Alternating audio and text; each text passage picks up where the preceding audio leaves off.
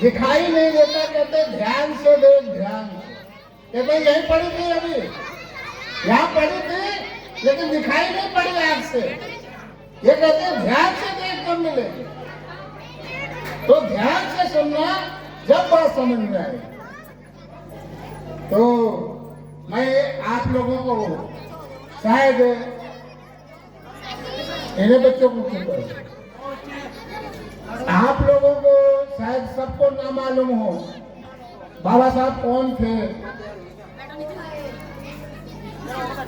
कहाँ से आए। बाबा साहब के जन्म के उपलक्ष्य में आप लोगों को बात करूंगा, उसके बाद फिर महिलाओं के बारे में बात करूंगा। बाबा साहब के बाबा का नाम था मालोजी सकपाल। मालोजी सकपाल के बेटे थे रामजी सकपाल, और रामजी सकपाल की पत्नी थी माता भीमाबाई। भीमाबाई जैसे बुद्ध जी का हुआ था, उनकी माता जी ने स्वप्न देखा था और 108 पंडितों को बुला करके उनका भविष्य बताया गया था। उसी तरह बाबा साहब के नाना जी जो थे, यानी कि इनकी माता जी के चाचा, वो संत थे कबीरपंथी। उन्होंने कहा था बेटे तुझे जा और इस बार ऐसा बालक होगा जो दुनिया में नाम रोशन करे।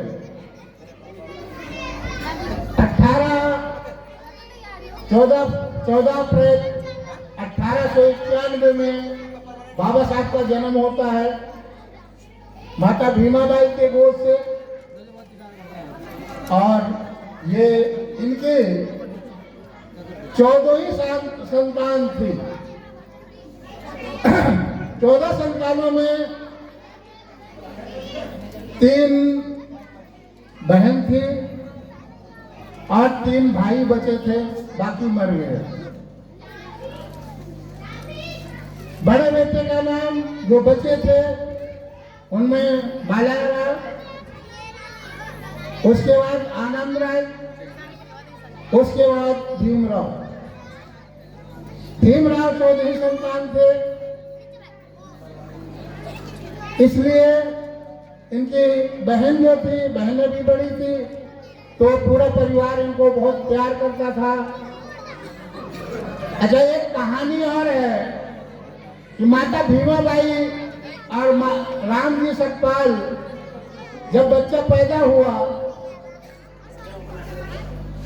तो भाई इन्हें बच्चों को बंद कर, किसी को समझ नहीं दे। माता भीमाबाई कहने लगी कि ये बच्चा हुआ है तो इसको थोड़ा शांति बनाए रखो, तो ये हमारे नाम से होगा। लेकिन बाबा रामजी सकपाल कहने लगे ना ना ना, ये बेटा इस बेटे का नाम मेरे नाम के साथ रखा जाए। अब दोनों में बहस चलती रही। बाद में ये तय हुआ कि भैया देखते हैं दोनों का नाम रखा, तो इनका नाम भीमा, यानी कि भीमाबाई के नाम से भीमा लिया गया और रामजी सकपाल के नाम से राम लिया गया, तो इनका नाम रखा गया भीम राम सकपाल। भीम राम सकपाल जब स्कूल जाने लगे, इनके वहां के आए महाराष्ट्र में, जिस गांव का आदमी होता है उस गांव के आगे कर लगा करके वहां का सरनेम बन जाता है। इनका घर था अंबाबड़े। अंबाबड़े रत्नागिरी जिले में है, वहां इनका जन्म हुआ, यानी कि वहां के रहने वाले थे। तो अंबाबड़े कर नहीं कहा जाता था, तो टीचरों ने स्कूल में अंबाबड़े की जगह अम्बेडकर किया। कुछ लोगों को बताया जाता है, कुछ लोग कहते हैं कि इनके गुरु का नाम जो टीचर था उसका नाम वो अम्बेडकर था, इसलिए इनका नाम अम्बेडकर दिया गया है। ये गलत है। आप रत्नागिरी में, दादर, मुंबई में जाइए, जिस गांव में जाएंगे उस गांव के नाम के आगे कर लगा करके और इनका वहां नाम रखा जाता है। तो ये हुई इनकी जन्म की कहानी। उसके बाद बाबा साहब स्कूल में पढ़ने के लिए जाते हैं। पढ़ने के लिए इनको स्कूल में पानी नहीं पीने दिया जाता, क्लास में बैठने नहीं दिया जाता। उसके लिए लड़ाई लड़ते हैं, अनशन पे बैठ जाते हैं। ना मैं तो अंदर ही बैठूंगा, घर में घुसने नहीं, स्कूल में घुसने नहीं देते। कहने का मतलब बहुत लड़ाइयाँ लड़ी इन्होंने। पानी पीने के लिए हम लोगों को जो अधिकार दिलाया, हमें पहले तालाब का पानी, जिसमें गाय भैंस यानी कि जानवर, कुत्ते बिल्ली तक टट्टी करते हैं, वो करते हैं, उसमें नहाते हैं, पानी पीते हैं। लेकिन हमारे समाज को पानी पीने का अधिकार नहीं था। हमारे लोग अक्सर पानी बिना, खाना तो कहीं ना कहीं से कोई ना कुछ खा लेते थे, लेकिन पानी पीने के लिए नहीं मिलता। तो बाबा साहब ने एक नहीं, पढ़ाई जब यहाँ पढ़े, विदेशों में गए, लोग क्या कहते हैं कि यार वो तो अम्बेडकर को जो है राजा साहब ने पढ़ाया और लोगों ने पढ़ाया। ठीक है, पढ़ाया, लेकिन उन्होंने सीमित संसाधन दिए थे, सीमित पैसे दिए थे। लेकिन बाबा साहब 18 घंटे पढ़ाई करते थे। जब इनकी बेटी इंदु बीमार थी, तो उस टाइम बाबा साहब लंदन में थे। लंदन से बाबा साहब माता रमाबाई को लिखते हैं, रामू मेरे पास खाने के पैसे नहीं है, रामू मेरे लिए कुछ पैसे भेज दो, क्योंकि मैं भूखा रहता हूँ। वहां पे जो ब्रेड सूख जाती थी, उस ब्रेड को बाबा साहब पानी में भिगो करके खा करके गुजारा करते थे। कैसे कैसे बाबा साहब ने पढ़ाई करी हमारे इस समाज के लिए, हम सब के लिए। इधर बेटी इंदु बीमार थी, उधर बाबा साहब लंदन में, बाबा साहब लंदन में भूखे हैं। बाबा साहब चिट्ठी लिख रहे हैं, रामू मेरे लिए कुछ खर्चा हुए। यहाँ हम लोगों को कोई काम नहीं देता था। माता भीमाबाई क्या करती थी, माता रमाबाई क्या करती थी, गांव में गलियों में गोबर इकट्ठा करती थी, गोबर इकट्ठा करके उपले बनाती थी। उपले बना करके टोकरी में रख करके सिर पे, और पूरे यानी कि पूरे मुंबई में घूमती थी, और वो उपले बेच करके जो पैसे आते थे, इनका 7-8 आदमियों का परिवार था, उनका गुजारा इसी से चलता था। कभी इनको रोटी मिल जाती थी तो दाल नहीं मिलती थी, दाल मिल जाती थी तो सब्जी नहीं मिलती थी, और किसी दिन तो भूखे सोना पड़ता। सबको खिलाने के बाद माता रमाबाई बचती थी, अगर उनको खाना बच गया तो खा लिया, और नहीं बचा तो पेट पे कपड़ा बांध करके और पानी पी करके और सो जाया करती थी। इतनी मुसीबत। जब इंदु बेटी बीमार थी, जब उन्होंने लिखा तो पढ़ने लगी, पढ़ाया जा करके, जब उन्होंने पढ़ करके देखा तो उधर चिट्ठी को देख रही है कि हमारा पति बीमार है, यानी कि पति भूखा है, और इधर देख रही है बेटी बीमार है। आप लोग मुझे बताओ, ऐसी स्थिति में हमारी महिलाएं क्या करेंगी? बेटी को बचाएंगी या पति को बचाएंगी? लेकिन माता रमाबाई ने क्या, माता रमाबाई ने ये निर्णय लिया, एक बेटी मरती है तो मर जा, लेकिन करोड़ों बेटियां इस देश की नहीं मरनी चाहिए, क्योंकि हमारे बाबा साहब पढ़ के आएगा। बाबा साहब करके आएंगे तो हमारे समाज को उद्धार करेंगे। इसलिए माता रमाबाई ने निर्णय किया और पैसा बेटी हिंदू को न बचा करके और बाबा साहब को खाने के लिए भेज दिया। इसकी वजह से हिंदू बेटी जो है वो यानी कि परिनिर्वाण को हुई। तो ये चीजें हैं हमारे सामने, हम इन चीजों को नहीं जानते। बाबा साहब के चार बच्चे इसी तरह मर गए। 5 बच्चों में 4 बच्चे मर गए। बेटी इंदु, रमेश, आनंद, ये सब मर गए। केवल यशवंतराव जो पहले थे और वो बीमार थे और वो बीमारी बेचारे बचे, जिनके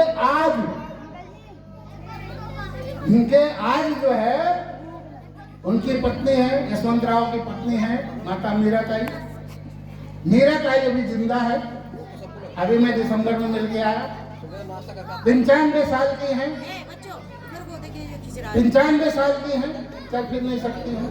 तो ये तो इनके यानी कि कहने का मतलब इनके 3 पोते हैं, प्रकाश राव, भीमराव और आनंद राय। एक बेटी है रमा, उसका भी नाम रमा है। ठीक है, तो इनका परिवार अब इनके बच्चे हैं। तो कहने का मतलब बाबा साहब का भरा पूरा परिवार है। सब कुछ हम देख के आए और हम जाते भी रहते हैं। तो मैं आप लोगों को वहाँ ले चलता हूँ। वहाँ बता रहा था कि किस तरह बाबा साहब ने किया। एक कहानी और बता, ये कहानी बताकर ही बंद कर। मैं आज महिलाओं को बताना चाहता हूँ बाबा साहब ने कितना संघर्ष किया। बाबा साहब एक बार क्या हुआ कि बाबा साहब बाहर से आए और उनका सम्मान होना था। जब उनका सम्मान होना था तो बाबा साहब कहने लगे कि मैं तो जाऊंगा। तो माता रमाबाई कहने लगी मैं भी चलूं साथ में। कहने लगे कि चलो तुम आ जाना। हम माता रमाबाई खुश हो गए। या तो बाबा साहब ने आज कह दिया, साहब कहते थे, कहने लगी या तो साहब ने कह दिया। हम उन्होंने क्या किया, फटाफट घर का सारा काम निपटाया जल्दी और बाबा साहब चले गए। अब इन्होंने सोचा चलो मैं भी चली। लेकिन जब जाना हुआ तो होता क्या है कि वो देखते हैं कि कोई अच्छी सी साड़ी पहन लूं तो चली जाऊं। लेकिन घर में कोई साड़ी थी नहीं। सारी साड़ियां जो थी वो फटी थी। और एक बार क्या हुआ कि ये छत्रपति साहूजी महाराज ने एक पगड़ी दी थी बाबा साहब। अब उनको याद आया वो पगड़ी थी। वो पगड़ी खोला, पगड़ी लंबी होती की तरह। अब उसे देखा और उसको खोल करके उसमें भी हल्के छेद हो रखे। अब उनको पहन करके यानी कि लपेट करके माता रमाबाई और चली गई और दूर पेड़ की ओट में खड़ी होकर के बाबा साहब का सम्मान देखने लगी। कहने लगी बाबा साहब का कभी सम्मान नहीं देखा है, आज सम्मान देख। दूर से खड़ी होकर के सम्मान देख रही थी। बाबा साहब जब मंच पे चढ़े, बाबा साहब वो दूर दृष्टि थी।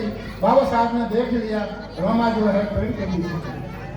बाबा साहब वहां कुछ नहीं बोले, अपना भाषण समाप्त किया।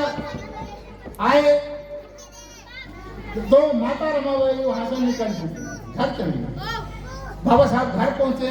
घर पहुंच करके कहने लगे रमा मैं तेरा कितना अभागा पति हूँ, कितना अभागा पति हूँ कि आज तक मैंने तुझे एक साड़ी तक खरीद के नहीं दिया। मैं इतना अभागा पति हूँ। आज तुझे जो मांगना है वो मांग ले, वो मैं दे दूंगा तुझे। तो अगर पति कह रहा है तो पत्नी क्या मांगे? कोई गहना मांगे, कोई उपहार मांगे, कोई कुछ मांगेगी। लेकिन माता रमाबाई ने क्या मांगा, ये सुनने वाली बात। माता रमाबाई ने कहा साहब आज मैं आपसे एक वचन मांगू। कहने लगे रामू आज जो तू मांगेगी वो मैं दूंगा। कहने लगे कि मैं ये मांगती हूँ कि आज ये रमा नई साड़ी पहने या न पहने, माता रमाबाई को साड़ी मिले ना मिले, लेकिन मैं अब आपसे मांग करती हूँ कि भारत देश की कोई भी नारी कभी भी साड़ी के बिना न रह जाए, ये मेरी मांग। जोरदार ताड़ियां। आज क्या होगा, हमारी माताएं बहनें जो बैठी हैं ना, सबके पास इतनी साड़ियां हैं कि जब अलमारी का दरवाजा खोलती हैं तो साड़ियां नीचे बिखर जाती हैं। ये सोचती हैं आज ये पहनूं, ये पहनूं, ये पहनूं, लेकिन उसकी कीमत किसने चुकाई? माता रमाबाई। आज उस कीमत को आप लोगों को पहचानना है। आप बाबा साहब के और माता रमाबाई के इस त्याग को अगर आप लोगों ने नहीं समझा और इस बुद्धिज्म को इस संस्था में अगर बुद्धिज्म को नहीं जाना, बुद्धिज्म को जानने के लिए समय नहीं है, मैं फिर बताऊंगा, किसी दिन फिर बुलाएंगे तो मैं बताऊंगा कि बुद्धिज्म क्या है। लेकिन मैं यही आप लोगों से आग्रह करता हूं कि आप लोग इस संस्था को आगे बढ़ाएं और माता रमाबाई के त्याग को और बाबा साहब ने जो आप लोगों को चलने का, फिरने का, खाने का, पीने का और रहने का और आपको इज्जत बख्शी है, किसी जो धागा बांध करके कहते हैं भाई जो है भाई हमारी रक्षा करेगा, लेकिन बाबा साहब को किसी ने राखी नहीं बांधा, लेकिन आज सारी महिलाओं को बाबा साहब ने आजाद कर दिया है। इसलिए मेरी भी मांग है कि बाबा साहब के कहने पे आप लोग सब चलेंगे। इन्हीं बातों के साथ मैं अपनी वाणी को विराम देता हूँ। जय भीम, नमो। बहुत बहुत साधुवाद। जैसा कि